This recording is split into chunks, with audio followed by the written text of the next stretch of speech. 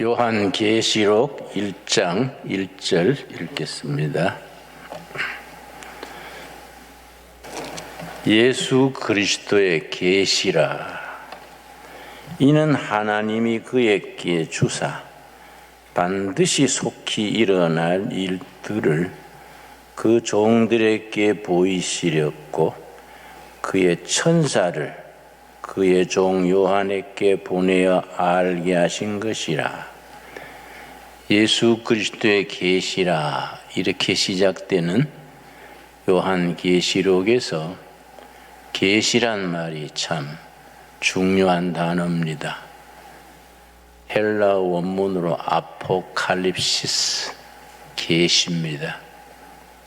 계시란 말은 아포칼립시스는 감추어진 비밀을 드러내는 것, 그게 계시입니다.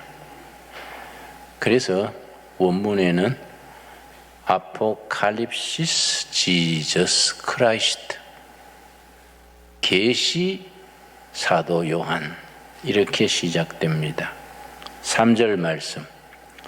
이 예언의 말씀을 읽는 자와 듣는 자와 그 가운데 기록한 것을 지키는 자는 복이 있나니 때가 가까움이라. 읽는 자, 듣는 자, 지키는 자가 복이 있다. 읽는 자, 듣는 자란 말이 요한계시록에서는 중요합니다. 왜냐하면 요한계시록 자체가 사도 요한이 베트모스 섬, 성경에서는 밤모섬이라고 나와 있습니다. 거기서 유배 생활을 하면서 아시아 7교회에 쓴 편지입니다. 그런데 편지 쓸 때부터 그 내용이 낭독료입니다. 낭독. 성도들이 모여서 그때는 글자를 모르는 분도 많았을 테고 또 성도들 중에는 노예도 있고 그래서 그 시대는 책도 귀하고 읽을 수 있는 사람이 적었습니다. 그래서 성도들이 모이면은 한 사람이 사도 요한이 귀향지에서 보낸 편지를 읽습니다. 그럼 성도들이 노예 생활하는 사람은 낮에 주인 집에서 열심히 섬기다가 저녁 나절에 모임에 나와서 눈을 지그시 감고 듣는 겁니다. 사도 요한이, 그 존경하는 사도 요한이 그 유배지에서 혼을 기울여서 쓴 계시의 편지를 읽으면은 들으면서 아멘, 아멘. 그래서 그런 걸 이해하고 요한계시록을 읽으면은 훨씬 실감이 납니다. 예를 들어서 1장이 첫날 읽습니다.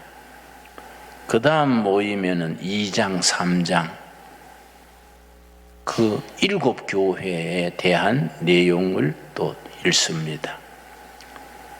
그 다음 날은 4장, 5장 또 읽습니다.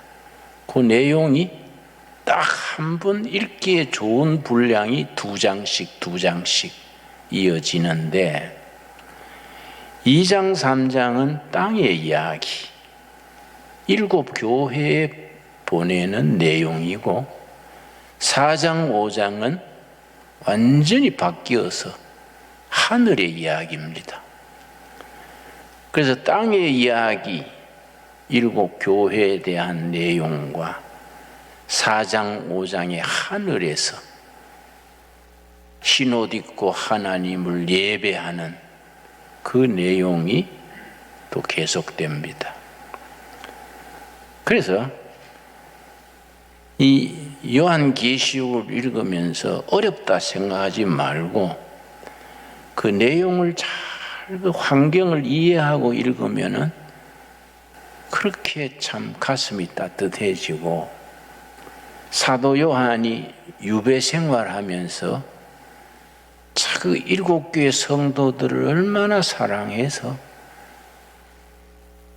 영적으로 보여주시는 그 계시, 아포칼립시스를 그 전하는 사도 요한의 그 가슴을 우리가 느낄 수가 있습니다. 특별히 1장 20절에 예수님에 대해서 설명하기를, 1장 20절, 너가 본 것은, 이제 사도 요한이 계시 중에 본 것을 쓰는데, 네가 본 것을 적어서 보내라. 이 성령님의 말씀에 순종해서 적어 보내는데, 너가 본 것은 내 오른손에 7 별의 비밀과 또 7 금촛대라. 7 별은 7 교회의 사자요, 7 촛대는 7 교회니라. 사도 바울이 사도 요한이 깊은 환상 중에 7 촛대를 봤습니다. 그러고 오른손에 7 별을 잡고 7 촛대 사이를 순방하시는 예수님의 모습을 봤습니다. 7 촛대가 7 교회입니다. 7 별은 각 교회를 주관하는 천사, 하나님의 사자입니다. 그리고 예수님이, 교회 주인 되시는 예수님이 손에 7 별을 잡으시고 7 교회를 순방하시면서 살피시는 겁니다.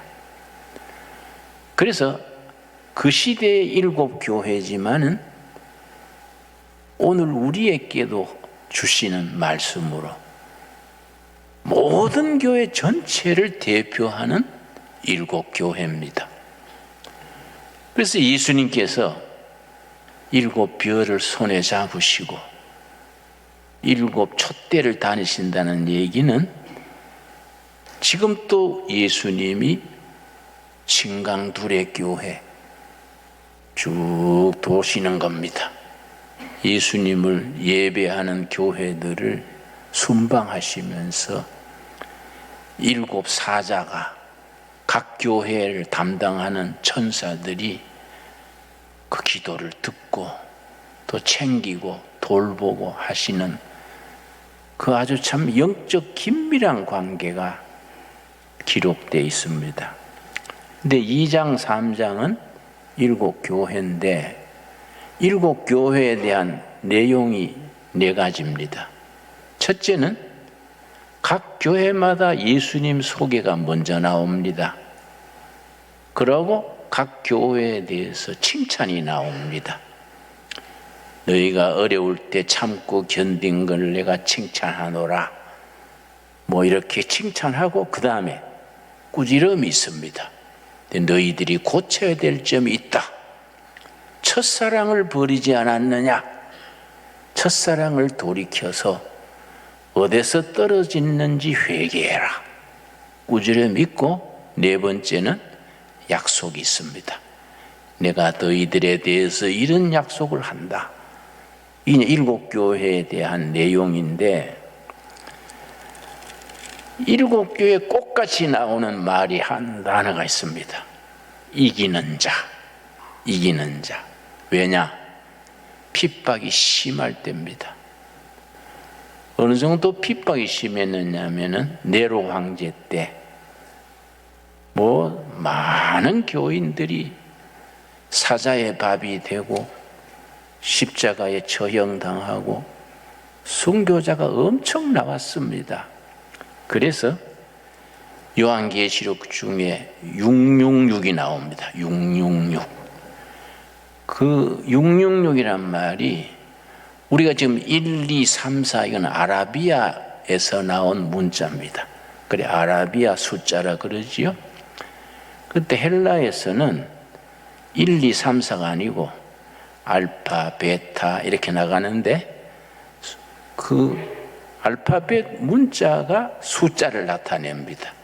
알파는 1, 베타는 2. 그래서 네로, 로마의 황제 네로, 그 머리 글자를 따면은 666이 됩니다. 666. 교회를 박해하는 적그리스도, 그게 이제 666이지요. 근데 우리 교인들 중에는 좀 과잉 해석을 해서 캐톨릭 교황이 666이다. 또 뭐 자기가 미운 사람은 666이다. 이런 식으로 과잉 해석하는 경우가 있습니다. 저 중국동에서 화곡동 다니는 버스 중에 666번이 있습니다. 어떤 자매님이 버스를 엉접절에 탔는데 타고 보니까 666이요. 깜짝 놀래가지고 네거리 복판에서 운전수 차 세우시오. 그러니까 모두 놀래가 기사가 막 급정거를 했습니다. 뭐 사람 죽을 일이 생긴 줄 알고. 그랬더니 팍 문을 열고 666 사탄의 두목이다 하고 내려가 버렸습니다. 그래 기사가 참 미쳐도 고이 미치지, 예수에 미치면 저래 되는구나. 근데 사실은 666 버스 회사 사장이 또 장로님이에요. 버스 번호가 666이지 그걸 그래 해석을 하면 요한계시록 읽다가 실족하는 겁니다. 그러니까 우리가 그 시대에 사도 요한이 유배지에서 목숨처럼 사랑하는 7개의 성도들을 위해서 성령님이 보여주시는 계시 아포칼립시스를 가슴으로 그거 참 계시록이 그런 점에서 읽으면 읽을수록 깊이가 있습니다. 우리 한국교회 대선배이신 김익두 목사님 같은 분은 일제시대에 평양 깡패를 하다가 성령 받고 목사가 된 분인데, 이분이 부흥사로 많이 활약하면서 요한계시록을 만독했다. 만번 읽어요. 만번. 그 대단한 거지요. 그 이기는 자, 이건 7교회 다 해당됩니다. 여러분 자세히 읽어보시면은 교회마다 반드시 이기는 자는, 예를 들어서 3장 사대교회에 일러주는 말 중에 4절 말씀, 3장 4절 말씀, 그러나 사대에 그 옷을 더럽히지 아니한 자 몇 명이 너게 있어 흰옷을 입고 나와 함께 다니리니. 장차 우리가 하나님의 나라에 가서 흰옷 입고 예수님과 랑데부 하는 겁니다. 그들은 합당자인 영고라. 5절 첫마디가 뭡니까?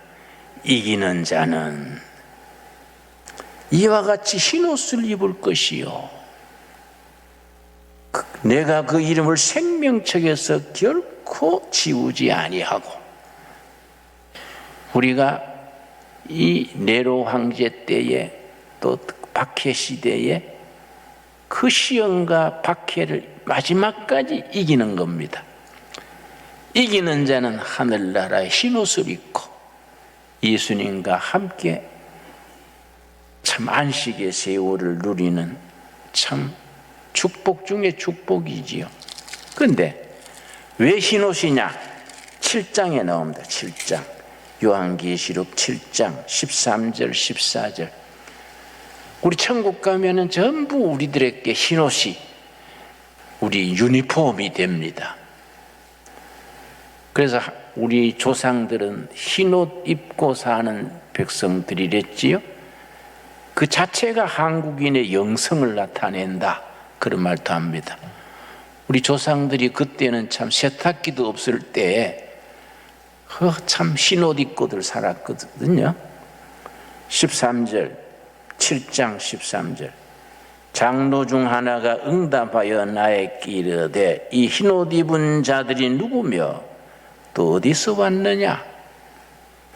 내가 말하기를 내 주여 당신이 아시나이다 하니 그가 나에게 이르되 이는 큰 환난에서 나오는 자들인데 모진 박해 역경 시련 속 거쳐서 이기는 자로 나온 자들인데 그 다음 말이 중요하지요. 어린 양의 피에 그 옷을 씻어 희게 하였느니라. 세탁기에서 세탁한 게 아니고 어린 양 예수님의 십자가의 피로 우리 영혼을 세탁한 거예요. 영혼을 세탁해서 구원받고 하늘나라에서 흰옷 입고 천사들과 더불어 하나님을 찬양하는 거지요. 그 어린 양 예수 그리스도의 피로 우리가 세탁해서 흰옷 입는 마지막까지 이기는 자로서 거룩한 백성으로 들어가는 것을 우리가 감사할 수 있게 되기 바랍니다. 자, 4장 1절 말씀. 4장 1절 말씀. 이 일 후에 2장과 3장은 7 교회에 대한 이야기, 땅 위의 이야기인데 4장, 5장은 딱 바뀝니다. 하늘의 이야기. 이 일 후에 내가 보니 하늘에 열린 문이 있는데, 하늘에 열린 문, 하늘로 통하는 열린 문입니다. 하늘에 열린 문이 있는데 내가 들은 바 처음에 내게 말하던 나팔소리 같은 음성이 이르되 이리로 올라오라. 이후에 마땅히 일어날 일을 내가 너게 보이리라 하시더라. 하늘에 열린 문, 우리가 영적 상상력을 가지고 하늘에 열린 문 우리 마음속에 그릴 수 있기 바랍니다. 2절. 내가 곧 성령에 감동되었더니 보라 하늘에 보좌를 베풀었고 그 보좌 앞에 앉으신 이가 있는데 보좌가 둘입니다. 로마 제국의 로마 황제가 보좌에 앉습니다. 근데 로마 황제가 앉는 보좌는 그건 땅의 보좌고 하늘나라 보좌가 있는 겁니다. 우리 성도들은 하늘나라 보좌를 바라보고 영생을 누리는 삶을 우리가 사는 거지요. 하늘 문이 열리고 하늘에 있는 보좌.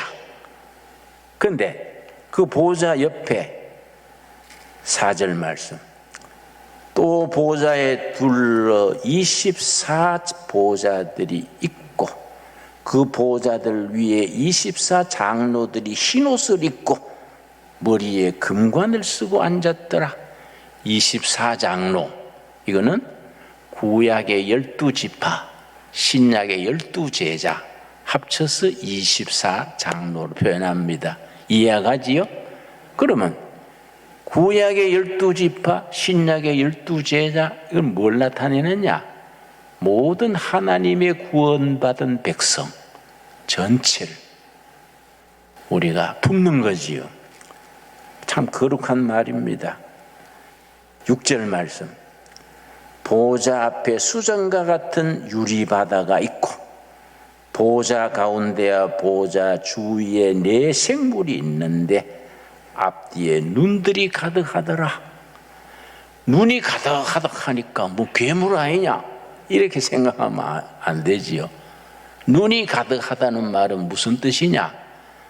온 천하에 보지 못하는 것이 없다.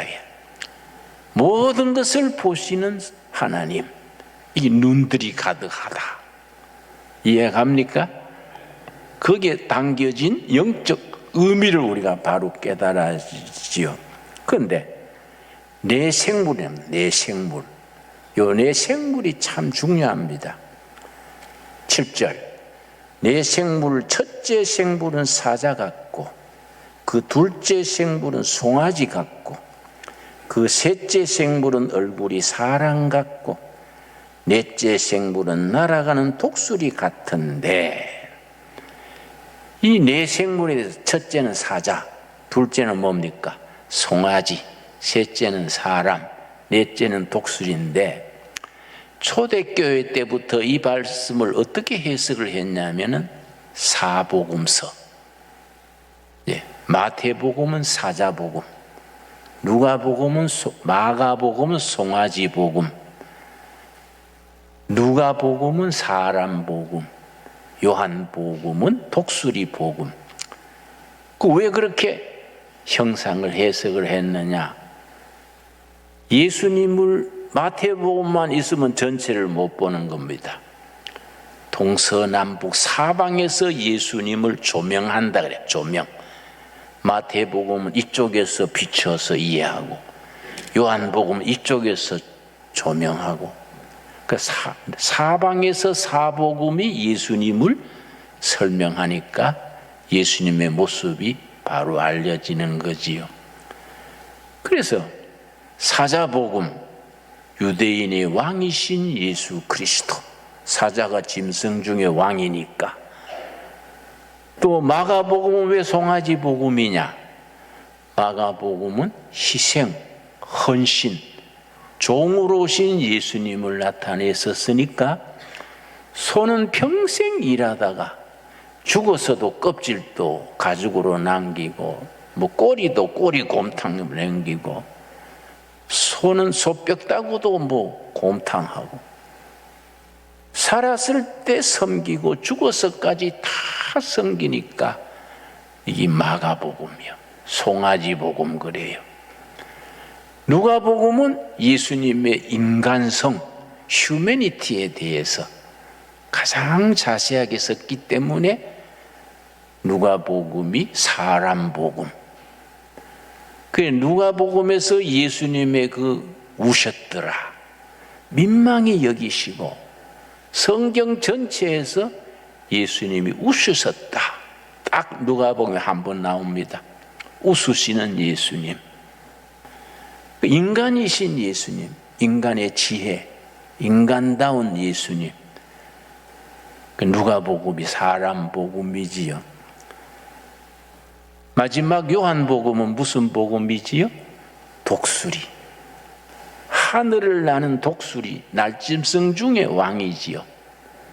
그래, 희망과 비전.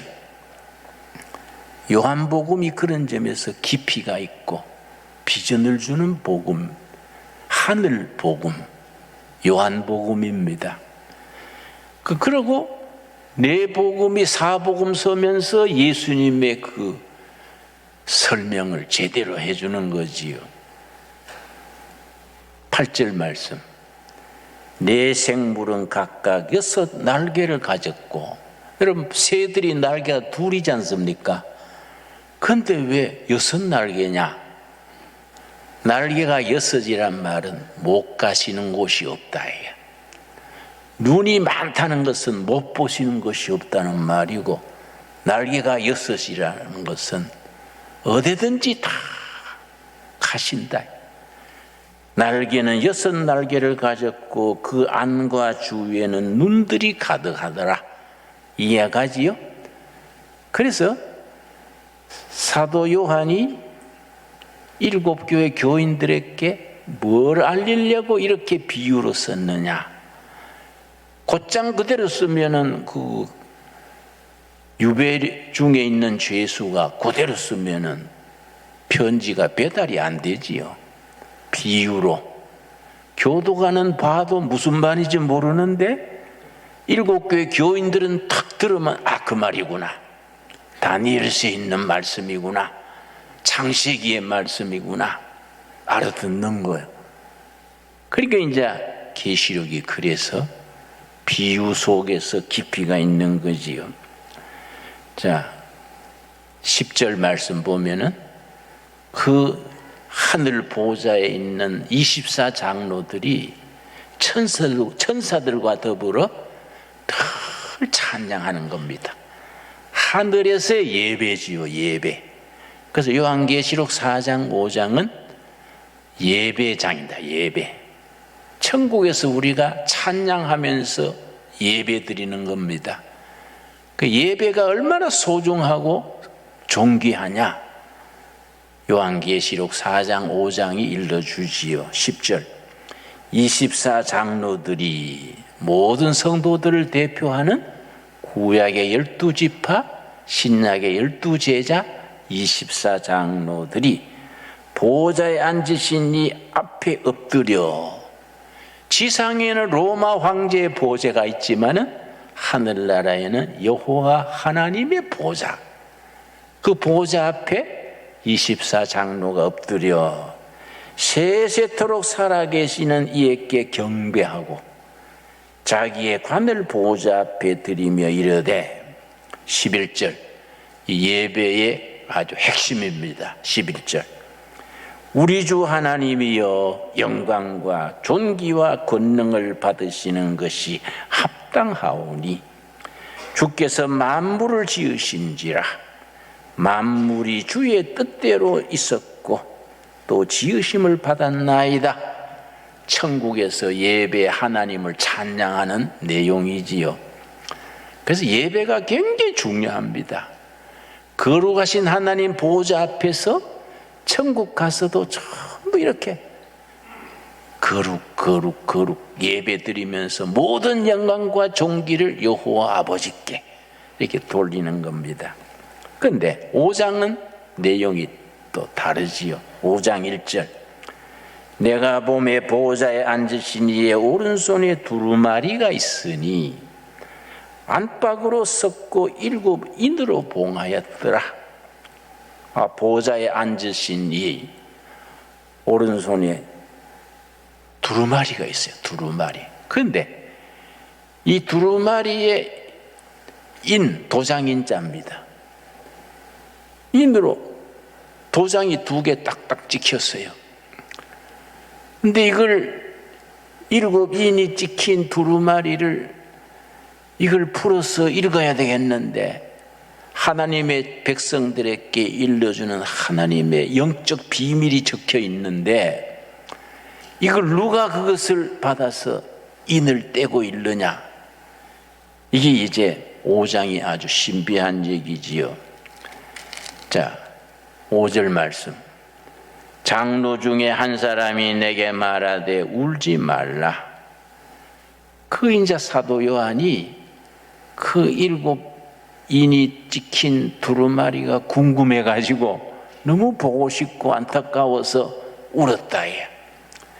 그러니까 장로 한 사람이 울지 말아라. 유다 지파의 사자 다윗의 뿌리가 이겼으니 그 두루마리와 7 인을 떼시리라. 이걸 누구를 말하겠습니까?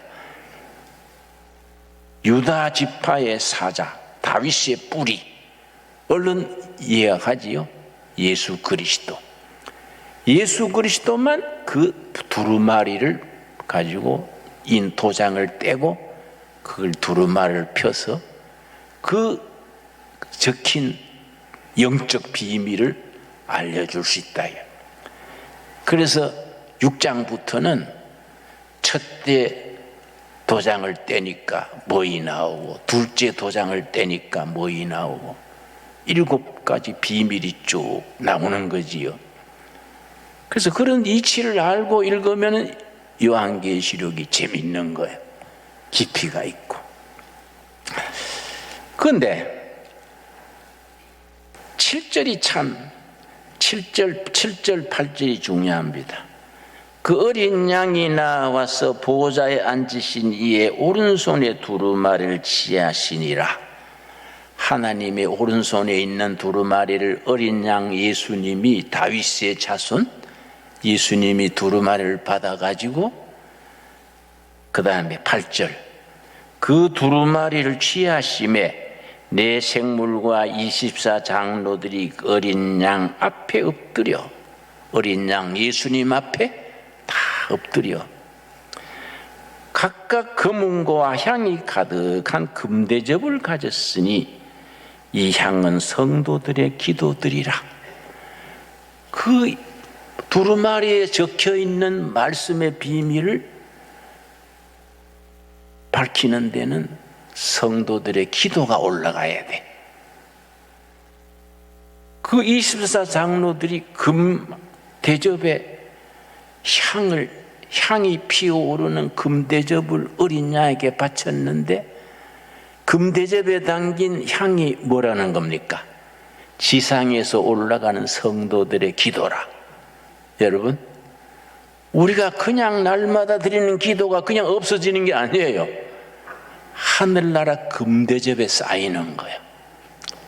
그러니까 이걸 금대접이 쌓여가지고 우리 어린 양 예수님이 다윗의 후손 뿌리 예수님이 그 기도를 다 받아가지고 인을 떼고 비밀을 밝혀주는 거예요.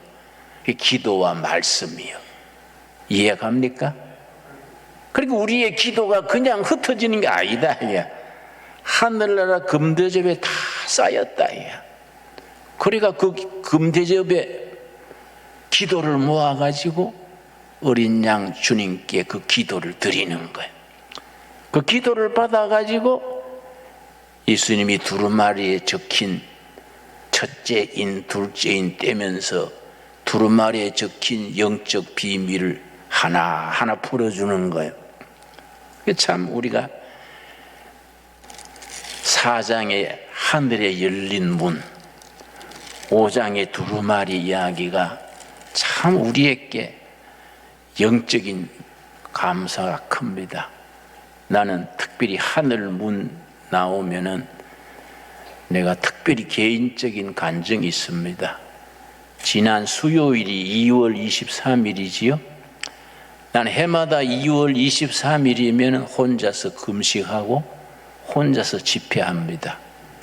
48년째지요. 1974년 2월 23일 내가 서대문의 서울 구치소에 수감돼 있었는데 우리 정치범 감옥이 0.7평이에요. 방이 좁아가지고 보건체제를 못 합니다. 0.7평이 뭐 보잘것없죠. 이렇게밖에 못 펴요. 그런 독방에 있는데 74년 2월 23일은 너무 추웠습니다. 2월달 누추위가 와가지고 엄청 추웠어요. 너무너무 추워서 뭐 감당을 못하겠어요. 추위가 심해지면요 이 다리뼈를 비트는 것 같습니다. 뒷골이 띵하고요. 내가 뭐 감당을 못해가지고 뛰다가 찬송하다가 기도하다가 오후 2시쯤 돼가지고 성경을 펴서 말씀을 읽으면서 성경 말씀에 불자 찾으면서 시간도 보내고 추위도 이겨야지 이리 생각하고 창세기에서부터 불자 찾은 거예요. 불자를 손을 호흡 불면서 불자를 찾았는데 맨 처음 찾은 불자가 출애굽기 3장이에요. 출애굽기 3장에 모세가 나이 80에 호렙산 기슭에서 양떼를 치는데 떨기나무에 불이 붙은 거예요. 떨기나무는 우리나라로 말하면 찔레덩굴이요. 찔레덩굴에 불이 붙었는데 불이 꺼지지 않는 거지요. 그래서 모세가 이상하다. 저 떨기나무에 불이 왜 안 꺼지냐 하고 가까이 갔더니 하나님께서 하나님의 음성을 영음을 들은 거지요. 모세야, 네 선 곳은 거룩한 곳이니 네 발에 신은 신을 벗어라. 그 야외에서 자갈밭에 신발 벗으라. 신발 벗어라. 떨기나무 불꽃에 다가갔을 때 그 음성을 들은 거이지요. 그래서 지금 또 이스라엘 민족의 민족적 상징이 떨기나무입니다. 이스라엘의 국기는 다윗의 별 국기고요. 민족적인 상징이 떨기나무. 두 가지로 의미를 붙입니다. 나무 중에 제일 쓸모없는 게 떨기나무거든요. 가시가 나고 쓸모없는 나무지요. 민족 중에 제일 쓸모없는 이스라엘 하나님이 택하셨다. 두 번째는 떨기나무가 가시나무니까 고난의 역사, 우리 이스라엘 민족은 고난의 역사 속에서 하나님의 계시를 받고 택한 백성으로 우리가 뽑힘 받았다. 고난의 역사, 쓸모없는 나무, 이걸로 자기들의 민족적인 상징으로 삼습니다. 구약에 쭉 불자 내려오다가 신약에서 찾은 불자는 누가복음 12장 우리 49절입니다. 깜짝 놀랐습니다. 나는 모태신앙으로 어려서부터 교회 다니고 신학교도 하고 설교를 했는데 늘 누가복음 읽었지만은 누가복음 12장 49절에 이런 말씀이 있는 줄 몰랐지요. 성경은 참 이상합니다. 늘 읽고 읽어도 지나갔는데 어느 날 눈에 탁 들어오는 겁니다. 야, 성경에 이런 말씀이 있었나? 깜짝 놀라는 거지요. 누가복음 12장 49절 말씀 우리 한번 같이 읽겠습니다. 내가 불을 땅에 던지러 왔노니 이 불이 이미 붙었으면 내가 무엇을 원하리요? 이 말씀을 읽으라 정신이 번쩍 들었어요. 예수님이 세상에 불 던지러 오셨대. 근데 그 불이 이미 붙었다. 내가 내 사명을 완수했다. 내가 뭘 더 원하겠는가? 이 말씀 읽고 정신이 번쩍 들어서 무릎을 꿇고 두 손을 모아서 기도하기 시작했습니다. 간절히 주님, 너무 추워서 내가 정신이 혼미하려 합니다. 불 좀 던져 주십시오. 이 땅에 불 던지러 오신 주님, 나한테 불 좀 던져 주십시오. 간절히 기도했는데 그 다음 불자가 사도행전 2장이에요. 사도행전 2장 1절서 4절까지 오순절 성령의 불이 임해가지고 교회가 시작된 교회 생일입니다. 사도행전 2장 1절에서 4절 그 다음 불자를 찾고 내가 평생 잊을 수 없는 영적 체험을 한 거지요. 그래서 해마다 2월 23일이 되면은 벌써 금년에 48년째입니까? 지난 수요일도 내가 하루 금식하면서 혼자서 부흥회하는 거야. 혼자서 1974년 2월 23일에 받은 은혜, 그날 읽은 말씀, 그날 부른 찬송 다 되풀이하면서 혼자서 부흥회를 하는 거예요. 2장 1절 오순절 날이 이미 이르매 그들이 다 같이 한 곳에 모였더니 호련히 어디로부터입니까? 하늘로부터. 하늘 문이 열린 겁니다. 하늘로부터. 급하고 강한 바람 같은 소리가 있어 그들이 앉은 온 집에 가득하며 마치 불의 혀처럼 갈라지는 것들이 그들에게 보여 각 사람 위에 하나씩 임하여 있더니 지금도 마찬가지입니다. 성령의 역사는 모인 무리 전체 위에 임하고 또 각 사람 우리 각 사람이 성령 체험이 필요해요. 그리고 영적 체험이 필요한 겁니다. 그리고 신강두르기의 성도들 전체 위에 성령께서 임재하시고 각 사람이 그런 영적 체험이 자기 것으로 해야 돼요. 그렇지요? 4절 그들이 다 성령의 충만함을 받고 성령이 말하게 하심을 따라 3절 4절 읽는데 몸이 훈훈해진 거예요. 근데 이상하다. 몸을 더듬어 보니까 훈훈하고 놀라서 마룻바닥을 더듬어 보니까 추운 마룻바닥이 온돌방처럼 따뜻해졌어요. 내가 얼마나 놀랐겠습니까? 성령님께서 나 같은 사람도 사람 대접해 주셔서 내 기도를 들어 응답하셔서 불로 함께 하시는구나 깨닫고 나니까 얼마나 감사한지 막 눈물이 쏟아지고요. 예수님이 불로서 그 방에 와 계시는 거예요. 일어서서 사방에 돌면서 절했습니다. 예수님이 그 방에 와 계시니까 불러서 오셨으니까 감사합니다. 눈물 닦으면서 감사합니다. 방을 빙빙 돌면서 절했어요. 그게 한 오후 한 4시간 정도 훈훈한 기운이 계속됐습니다. 그날 저녁에 내가 잠자리에 들어갔다가 다시 놀란 것이, 내가 남산중앙정보부에 조사받으러 다니면서 꼭 밤 9시나 되면 제수번호가 73번입니다. 73번 나와. 그럼 나가면 이제 수갑 채우고 새카만 세단차에 타서 남산 중턱에 중앙정보부 조사실이 있어요. 밤새 조사하고, 잠을 안 재워요, 잠을. 그러니까 새벽에 다시 데려다 줄 때는 잠이 쏟아지는 거예요. 그 해는 눈이 많이 왔습니다. 졸면서 걸으니까, 눈을 푹푹 밟으면서 걸으니까 고무신 신발 속에 눈이 들어가서 발이 젖는 거예요. 이걸 방에 들어가서 양말 벗고 발을 말리고 자야 되는데 그 정신이 있습니까? 그냥 자버리니까 발에 동상이 걸려서, 이 동상이 따뜻한데 발이 들어가면 가려워요.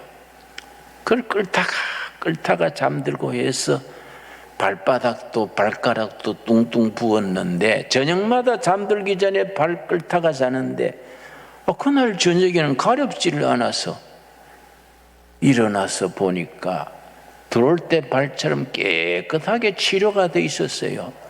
발이 깨끗한 겁니다. 내가 얼마나 감동했는지, 너무너무 감사해서 은혜가 막 밀물처럼 밀려왔다가 설물처럼 밀려가고, 은혜가 막 밀려올 때는 숨이 가쁘고요, 막 몸이 공중에 뜨는 것 같아요. 막 심장이 막 터질 것 같아요. 그 내가 막 자제하느라고 밤중인데도 찬송가를 불렀습니다. 막 소리 높여서 막 너무 감사해서, 나 같은 죄인 살리신 그네 놀라, 잃었던 생명 찾았고 광명을 얻었네. 기맥힌 찬송입니다. Amazing Grace, 놀라운 은혜. 이제껏 내가 산 것도 주님의 은혜라, 또 나를 장차 본향에 인도해 주시리. 내가 막 눈물 콧물이 범벅이 돼서 부르는데 교도관이 얼른 왔어요. 들다보고 73번 왜 그래? 알만한 사람이 왜 그래? 그 밤에 찬송할 수 있습니까? 낮에도 안 되지만은. 그래 내가, 교도관님 이해하십시오. 성령님이 불러오셔가지고 내가 심장이 터질 것 같아요. 내 심장 터져 주는 것보다 찬송하는 게 낫지요? 그랬더니 교도관이 놀래가, 73번이 또라이가 됐냐? 또라이가 됐냐? 그래서 맞습니다. 지가 돌아버렸네요. 성령님이 오셔가 돌아버렸어요. 교도관님도 들어오세요. 같이 돕시다.